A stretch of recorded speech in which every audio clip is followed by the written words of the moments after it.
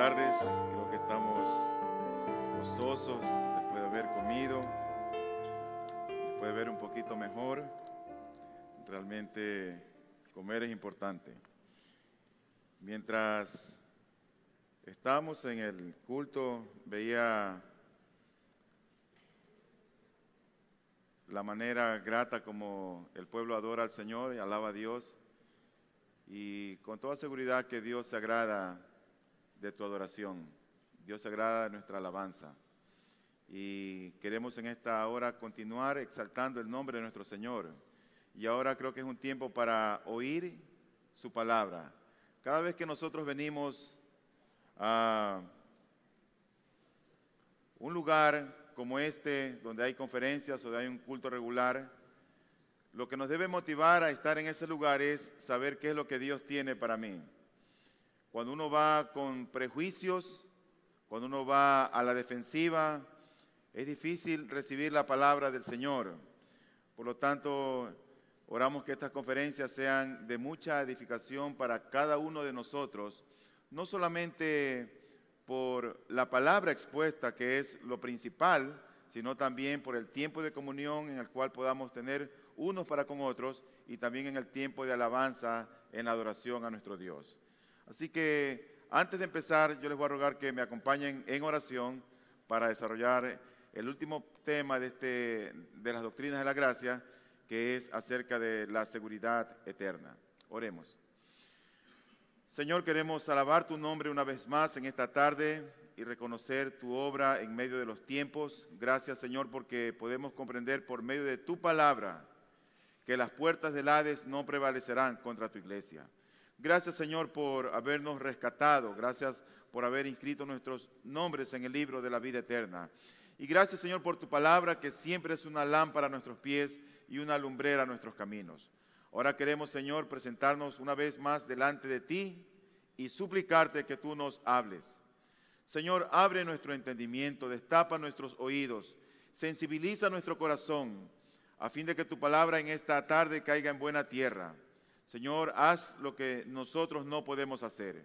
Transforma, persuade, convence. Señor, que tu Santo Espíritu, quien mora en mí, exalte aquel nombre que es sobre todos los nombres, que es el nombre de Jesucristo, por quien nos movemos, existimos y somos. Te pedimos estas cosas en el nombre glorioso de Jesús. Amén. La industria de la oftalmología, sin lugar a dudas, es una de las industrias que más ganancias y utilidades y mayor crecimiento ha tenido en la economía en los últimos años. Creo que hay muchas industrias que se dedican con la intención de tener buenas utilidades a fin de año, y yo veía a los músicos que tocaban hoy y estaba pensando, ¿qué tanto producen estas empresas que se dedican a construir equipos musicales? No lo sé realmente, pero lo que yo sí puedo ver es que en el área de oftalmología esto ha crecido de una manera exorbitante. Ahora hay equipos que pueden identificar la cantidad de la lágrima, la calidad de las lágrimas, la densidad del cristalino, topografías con un lente, con dos lentes, microscopios, lentes intraoculares, lentes de diferentes funciones. Y aprovechando que la gente siempre quiere quitarse los lentes para ver mejor, porque los lentes a veces estorban, la industria de la oftalmología diseñó un tipo de lente especial, un lente que se llama un lente intraocular. Pero ocurre que cuando los médicos hacen la cirugía de catarata, pueden haber complicaciones y nadie quiere ir al médico y operarse los ojos y que ese paciente tenga una complicación y después no pueda ver. Pero sin embargo, como los médicos no somos perfectos, siempre pueden haber complicaciones. Y en la cirugía de catarata ocurre que el ojo tiene un doble compartimento, un compartimento anterior y uno posterior. Y en el compartimento posterior del ojo, donde está el cristalino que se hace catarata, uno saca el cristalino y ese cristalino lo reemplaza por un lente intraocular. Pero cuando hay estas complicaciones y se rompe el soporte que sostiene al lente, no hay cómo colocar ese lente allí. Las empresas o los laboratorios farmacéuticos en oftalmología inventaron un tipo de lente que ya no va atrás, sino que va adelante, encima del iris. Entonces, cuando el médico tiene una complicación en una cirugía y ve que no puede poner el lente atrás, usa ese lente. Esas complicaciones pueden ser por un trauma ocular previo. Hay pacientes que a veces están, como la cirugía con anestesia local, se opera al paciente y los pacientes se ponen a roncar y se duermen allí. Uno los toca aquí y ellos como que sienten que los acarician y se duermen. Y de pronto como que roncan y se despiertan y uno tiene instrumento dentro del ojo. Y eso puede ocasionar un trauma. Así que como quiera que sea, cuando falla una cirugía, los médicos tenemos un plan B. Y ese plan B es ese lente intraocular de cámara anterior, diseñado por los laboratorios farmacéuticos. Yo me pongo a pensar en la tecnología, cómo ha avanzado en el mundo entero, y digo, qué bendición que podamos estar viviendo en estos tiempos donde podemos ser bendecidos, beneficiados con el conocimiento que Dios dio a los hombres para que tú y yo pudiéramos ser de alguna manera, tener mejores vidas. Qué bueno que nacimos en el tiempo de la penicilina. ¿Tú te imaginas haber nacido en un tiempo donde no hay tratamiento para la tuberculosis o donde no había tratamiento para las infecciones? Y todo eso es un motivo de darle gracias y gloria al Señor. Así que los laboratorios farmacéuticos en oftalmología producen y producen y producen. Y uno puede a veces utilizar esos lentes intraoculares de cámara anterior. Cuando yo voy a la Biblia, uno generalmente opera pacientes que no pueden ver bien, pacientes que están relativamente ciegos según la organización. Pero cuando voy a la Biblia me encuentro con un hombre que no le importó que le decían, cállate, no hables, deja al maestro. Un hombre llamado Bartimeo, que la Biblia nos lo describe en el libro de Marcos, en el capítulo número 10. Y este hombre, cuando se acerca al Señor, le dice, ¿qué es lo que quieres? Quiero ver. Esa fue su, quiero ver. Y el Señor no lo toca, no hace ningún espectáculo, simplemente le dice, vete, como creíste, te sea hecho. Luego me encuentro con otro hombre ciego, pero ciego de nacimiento. Y realmente cuando alguien viene así de fábrica, no hay tratamiento para el que viene ciego de nacimiento. No hay manera de que ese ser humano vuelva a ver. Y la Biblia nos describe, y para mí es uno de mis pasajes favoritos, el Evangelio de Juan en el capítulo 9. Porque allí se describe a un singular hombre que estaba ciego de nacimiento. Y lo primero que hacen es preguntarle al Señor, oye, ¿quién pecó? ¿Él o su familia? Dice, no, ni el uno ni el otro. Estas cosas ocurren para que Dios sea glorificado. Lo cierto es que el Señor escupe en el piso, hace un barro, toma el barro y lo unta en los ojos. Y este hombre vuelve a ver. El que era ciego de nacimiento vuelve a ver. Y digo que este es uno de los pasajes para mí que yo no puedo leerlo sin dejar de esbozar una sonrisa, porque aquí se ve como la naturaleza humana. Y me identifico con este ciego porque de manera particular cuando usted le pregunta, usted da una indicación y dice, mira, mueve el asiento. ¿Cómo dijiste? Mueve el asiento. Perdóname, no te oí. ¿Cómo dijiste? Que muevas el asiento. Oye, Perdóname, ¿qué es lo que me quiere decir? Que muevas el asiento. Por lo general, no nos gusta repetir las cosas 2 ni 3 veces. Pero en este pasaje, este hombre es interrogado vez tras vez y vemos cómo él, la bendición que tenía ahora de ver, ahora casi es como que él está furioso por tanta pregunta y tanto interrogatorio. Dice el versículo número 8 que los primeros curiosos en Juan 9 fueron los vecinos. Y los vecinos le dicen a él, ¿qué te hizo? ¿Cómo fueron abiertos los ojos? Y dice la Escritura en el versículo 11, aquel hombre que se llama Jesús hizo lodo, me untó los ojos y me dijo, ve al Siloé y lávate. Y fui y me lavé y recibí la vista. Él da como detalles, una respuesta bien sólida, bien clara.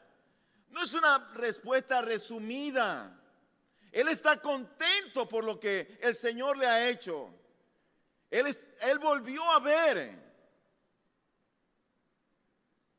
Y él da mucho detalle de lo que ha ocurrido.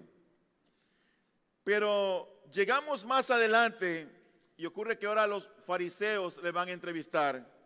Y dice el versículo número 15, volvieron pues a preguntarle también los fariseos cómo había recibido la vista. Ya era el segundo interrogatorio. Y dice la Biblia que él les dijo, me puso lodo sobre los ojos, me lavé y veo. Ya la respuesta no es tan clara. Ya está reduciendo su respuesta. Pero más adelante aparece el papá. Y el papá, que sabía quién era su hijo, la Biblia no nos describe allí qué era lo que había pasado, qué es lo que el padre le pregunta. No tenemos algo que aquí nos diga, pero yo estoy seguro que el papá también le volvió a preguntar.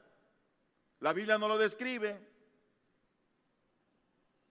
En el versículo 17 dice la Biblia que entonces volvieron a decirle al ciego, ¿qué dices tú del que abrió los ojos, del que te abrió los ojos? Y oigan la respuesta de él, que es profeta. Ya no da mucho detalle en la pregunta. ¿Hasta cuándo me van a preguntar?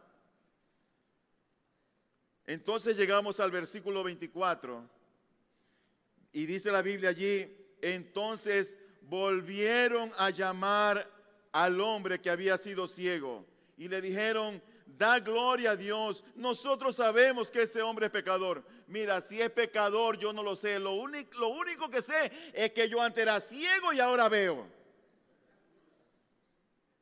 Y yo creo que el hombre ya estaba con las últimas respondiendo. Pero no se queda allí. Porque cuando llegamos al versículo 26, dice la Biblia que le vuelven a decir, ¿qué te hizo? ¿Cómo te abrió los ojos? Le vuelven a preguntar lo mismo. Y él ya ahora da una respuesta, parece que airada. Y dice, ya os lo he dicho y no habéis querido oír. ¿Por qué lo queréis oír otra vez? ¿Queréis también vosotros haceros sus discípulos? Era como que les decía, ¿hasta cuándo me van a preguntar lo mismo?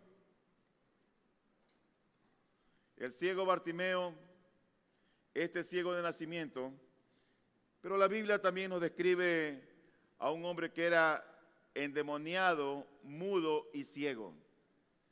Y en Mateo 12:22 dice la Biblia que le sanó de tal manera que el ciego y mudo veía y hablaba.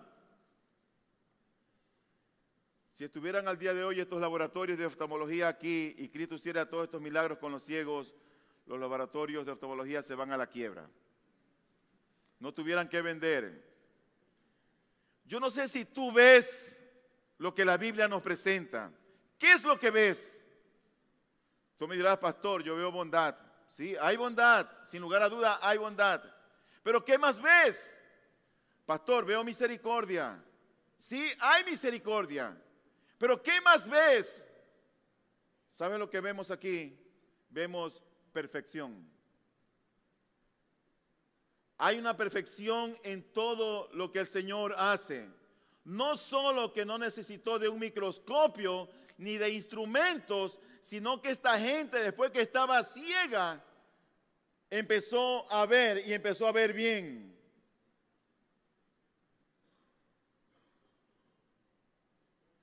En el libro de Filipenses, en el capítulo 1, versículo número 6, este pasaje nos dice lo siguiente: estando convencidos de esto, que el que en vosotros comenzó la buena obra, la perfeccionará hasta el día de Cristo Jesús.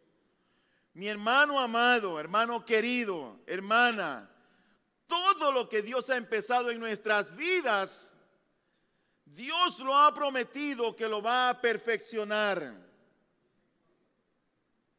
hasta el día de su retorno. ¿Qué significa o qué quiere decir esta palabra perfección? Esta palabra perfección viene de significa en griego epitelesei. Y eso quiere decir algo que está completo, algo que se llevará a feliz término, algo que se acabará bien, que terminará bien. Y la raíz de este verbo es epiteleo.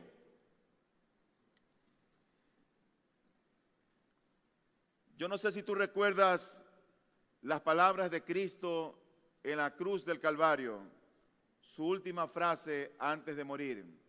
Su palabra fue, después de haber tomado el vinagre: consumado es. Consumado es. Esa palabra consumado es, en griego es tetelestai. Y la raíz de ese verbo es teleo.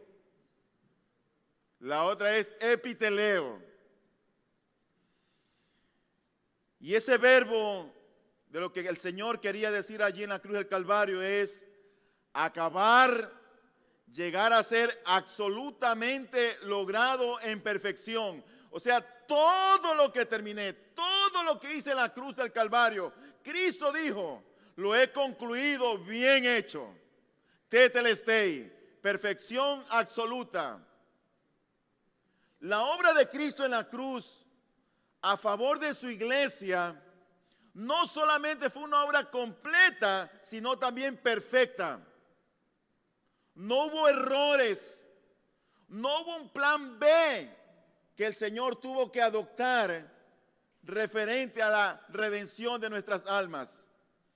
Cada vez que alguien toma un plan B, no es el plan original. Uno tiene un plan B cuando sabe que el plan principal va a fallar. Pero el Señor no tenía aquí un plan B. Nosotros tenemos planes B. Los médicos tenemos planes B. Pero no nuestro Dios perfecto. ¿Cuántos tienen aquí la certeza y la seguridad de la salvación? Porque la Escritura nos dice en Primera de Juan: sabemos que somos de Dios y el mundo entero está bajo el maligno. Es decir, que el cristiano tiene la certeza de lo que el Señor ha hecho en nuestros corazones, en nuestras almas. Cuando tú creíste, no por tu fe, sino por lo que Dios nos dio la capacidad, la habilidad, el don, el regalo para creer, podemos comprender que es realmente una obra perfecta de Dios en nuestros corazones. Ahora bien, para poder desbaratar la seguridad de la salvación que Dios nos ha dado, debemos de eliminar esa perfección. Yo me pregunto si algún mortal en la tierra puede desbaratar o eliminar ese plan perfecto que Dios hizo en la cruz del Calvario. ¿Qué hombre podría atreverse a no reconocer la perfección de Cristo en la cruz? Lo completo de su obra. Si Él realmente te ha salvado, su obra en ti ha sido una obra perfecta y completa. Hace varios años atrás, no muchos años atrás, en la ciudad de Montecristi, la Asamblea Constituyente en Ecuador creó una serie de leyes casi imposible de violarlas. Teniendo la mayoría en la Asamblea, pusieron lo que en la política se conoce como un candado constitucional. Los abogados, ellos dicen, las leyes como se hacen, así mismo se deshacen. En este mundo dicen ellos. Pero yo me pregunto si podemos deshacer lo que nuestro abogado ha hecho. Si podemos desbaratar lo que él ha hecho. La obra de Cristo en la cruz, ¿es perfecta o no es perfecta? Por supuesto que es perfecta. No hay ni por qué dudarlo. Por lo tanto, si su obra en la cruz es perfecta, su salvación es perfecta. No puede un Dios inmensamente sabio y perfecto hacer algo imperfecto. Nadie podría desbaratar ese candado que está en la cruz del Calvario. Nadie lo puede violentar.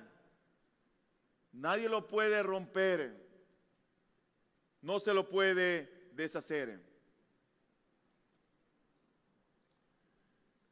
Yo en verdad me he gozado en estos días, en este día y medio que tenemos de conferencias, porque cuando uno oye a expositores del calibre de los pastores que tenemos en medio nuestro, uno siempre está aprendiendo.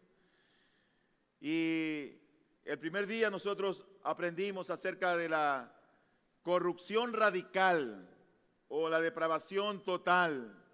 Y ahí aprendimos en Romanos 3, del 10 al 18, que la voluntad, que las emociones, que los pensamientos del hombre han sido corrompidos por el pecado.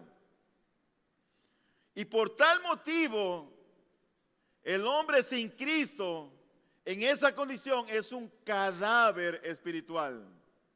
Está muerto, como dice la Biblia, en sus delitos y pecados.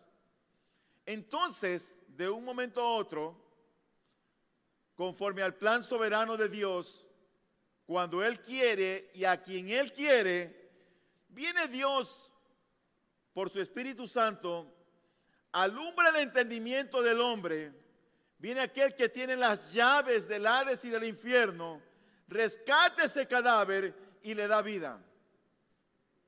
Pero ocurre que la vida que Cristo nos da no es una vida común y corriente, es una vida extraordinaria.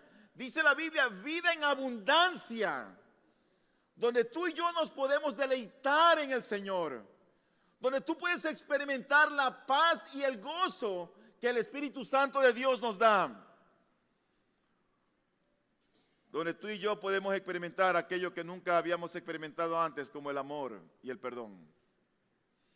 Y entonces Dios hace un cambio genuino en nosotros y cambia nuestro corazón de piedra por un corazón de carne que no solamente puede amar, sino también perdonar. En esa corrupción, antes de tener vida, no podíamos ni perdonar ni amar. Luego aprendimos en los labios del pastor Otto sobre la elección incondicional y vimos ahí que la elección de Él se basa en la soberanía de Él mismo, que Él eligió a Abraham, Él eligió a los levitas, Él eligió a Israel, a Jeremías, y no por mérito alguno, no vio nada bueno en ellos, solamente fue por el puro afecto de su voluntad. Hay algunos que dicen, si fuera posible que alguien a quien Dios ha elegido abandonara la fe después de haber empezado a creer, eso puede ser posible, dicen algunos. Yo he conocido de personas, si eso fuera posible, entonces no hay elección. No hubiera elección. También en nuestra falsa supremacía atentaríamos contra la soberanía de Dios. La soberanía que tiene el Señor en elegir a quien Él desea en su sola soberana voluntad.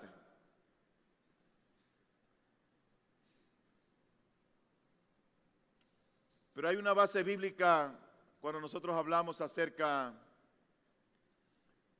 de la seguridad de la salvación o de la perseverancia de los santos. Y el primer texto bíblico que yo quiero presentar es el texto que está en Juan capítulo 6, versículo 37. Juan 6, 37, y de paso leemos el 39. Dice este texto: todo lo que el Padre me da, hablando Jesús, dice Él, vendrá a mí. Y al que a mí viene, no le echo fuera. Y esta es la voluntad del Padre, el que me envió, que de todo lo que me diere, no pierda yo nada, sino que lo resucite en el día postrero. Yo no sé si tú ves aquí la conexión, pero la voluntad del Padre está a tono con la obra del Hijo. El Padre quiere salvar, desea salvar, anhela salvar, y Él envía a Jesús para que todos aquellos que el Padre le dio, sean salvos por la obra de Cristo. Y esta es la voluntad del Padre, el que me envió, que todo lo que me diere, no pierda yo nada, sino que lo resucite en el día postrero. No pierda yo nada.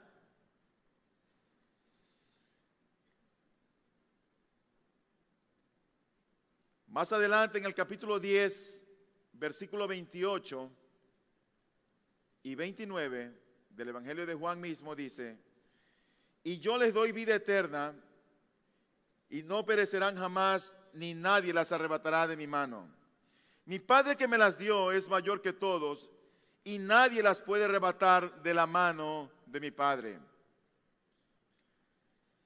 ¿Qué pasaje con tanto peso teológico para poder presentar la seguridad de la salvación? El Señor hace aquí 4 afirmaciones muy categóricas.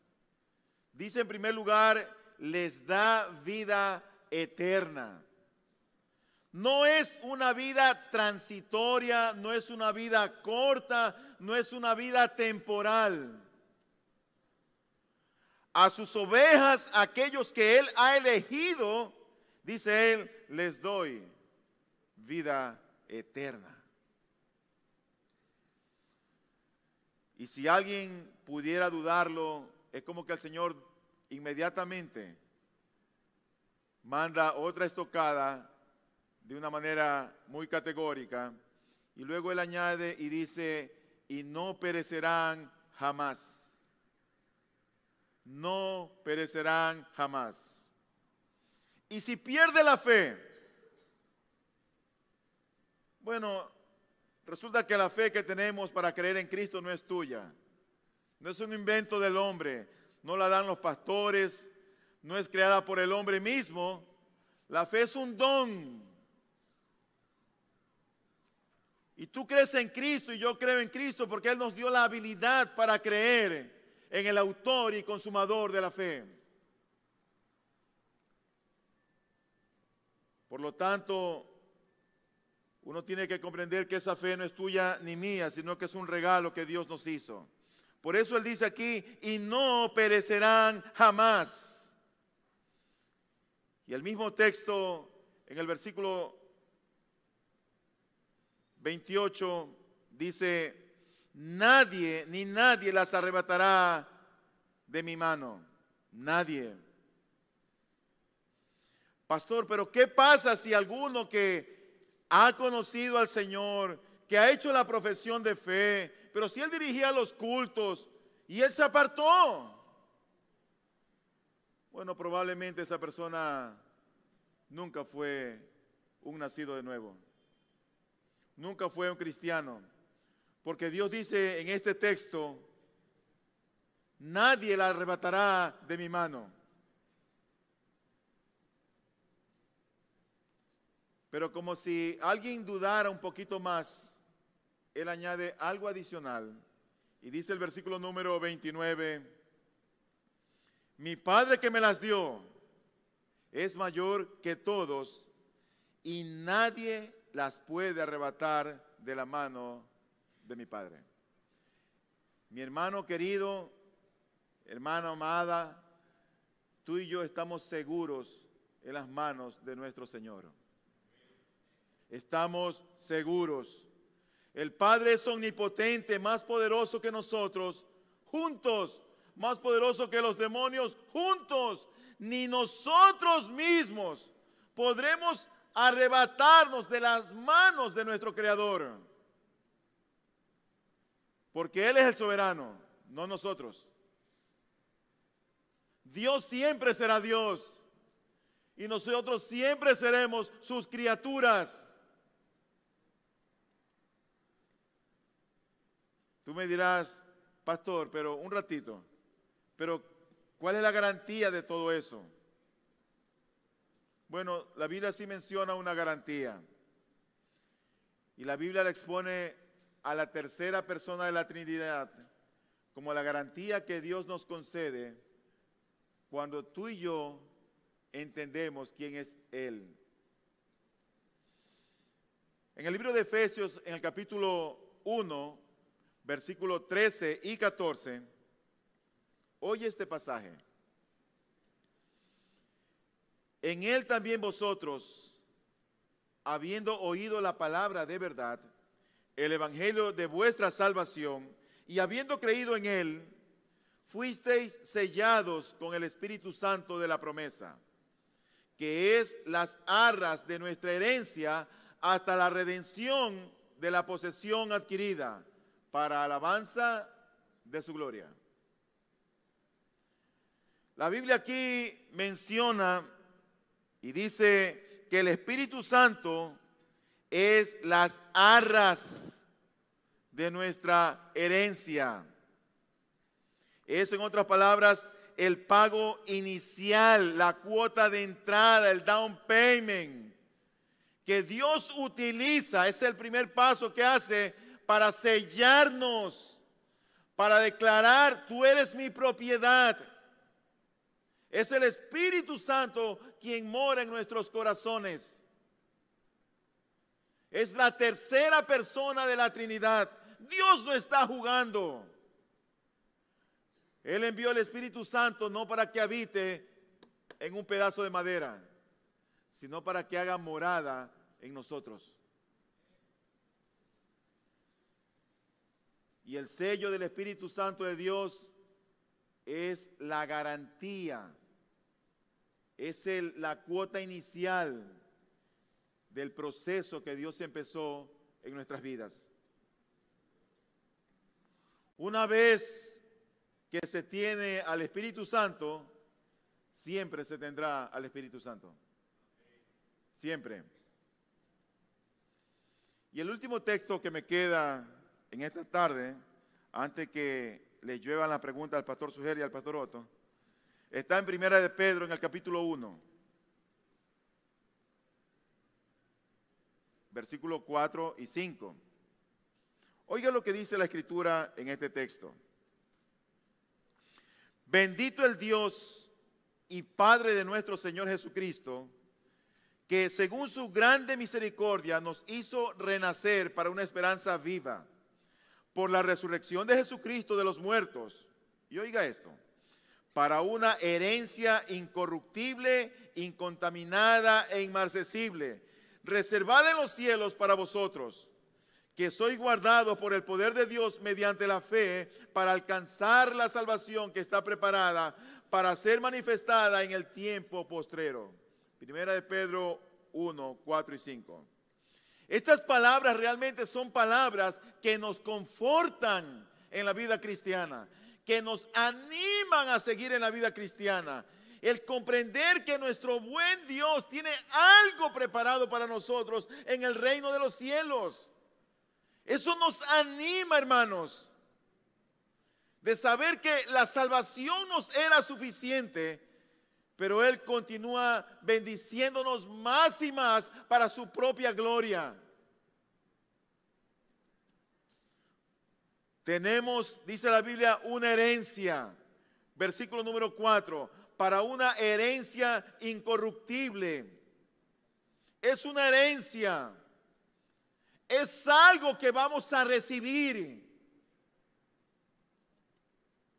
Alguien dirá, pastor, es que yo soy tan débil. No creo que lo alcance. No soy tan fuerte.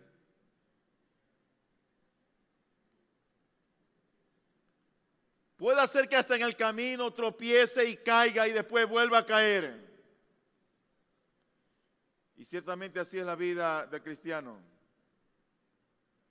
No siempre vamos de triunfo en triunfo. También tenemos derrotas. Pero Dios dice que las puertas del Hades no prevalecerán contra su iglesia. Pero el siguiente versículo, el versículo número 5, dice, desde el 4 dice que esa herencia ha sido reservada en los cielos para vosotros. 5, que sois guardados por el poder de Dios mediante la fe. Que sois guardados. Mi hermano, mi hermana, si Él te ha salvado y Él ha prometido tener una herencia hasta el final, Él te guardará. Él nos guardará en el poder de Dios mediante la fe. Así que no depende de nosotros. Él te guarda. Él se ha encargado de guardarnos. Y dice la Biblia, para alcanzar la salvación que está preparada para ser manifestada en el tiempo postrero. La perseverancia de los santos o la seguridad de la salvación, si tú le quieres poner un concepto simple y sencillo, quiere decir que siempre y por siempre perseveraremos en la fe de nuestro Señor Jesucristo. Esa fue la razón por la cual el apóstol Pablo dijo en Romanos, en el capítulo 8, ¿qué me podrá separar del amor de Dios que es en Cristo Jesús? Ni ángeles, ni principados, ni lo presente, ni lo porvenir, ni las huestes, ni los demonios, ni la muerte, ni la vida, ni nada nos podrá separar del amor de Dios que es en Cristo Jesús, Señor nuestro. Nosotros creemos que la doctrina de la seguridad de la salvación, para que deje de existir, tendríamos que desbaratar todas las otras doctrinas, porque estas doctrinas se complementan una tras otra. Si una cae, todas caen. Todas caen. Pero todos los textos son contundentes para demostrar que es Dios quien nos sostiene y es Dios quien nos guarda hasta el día final. Que Dios los bendiga.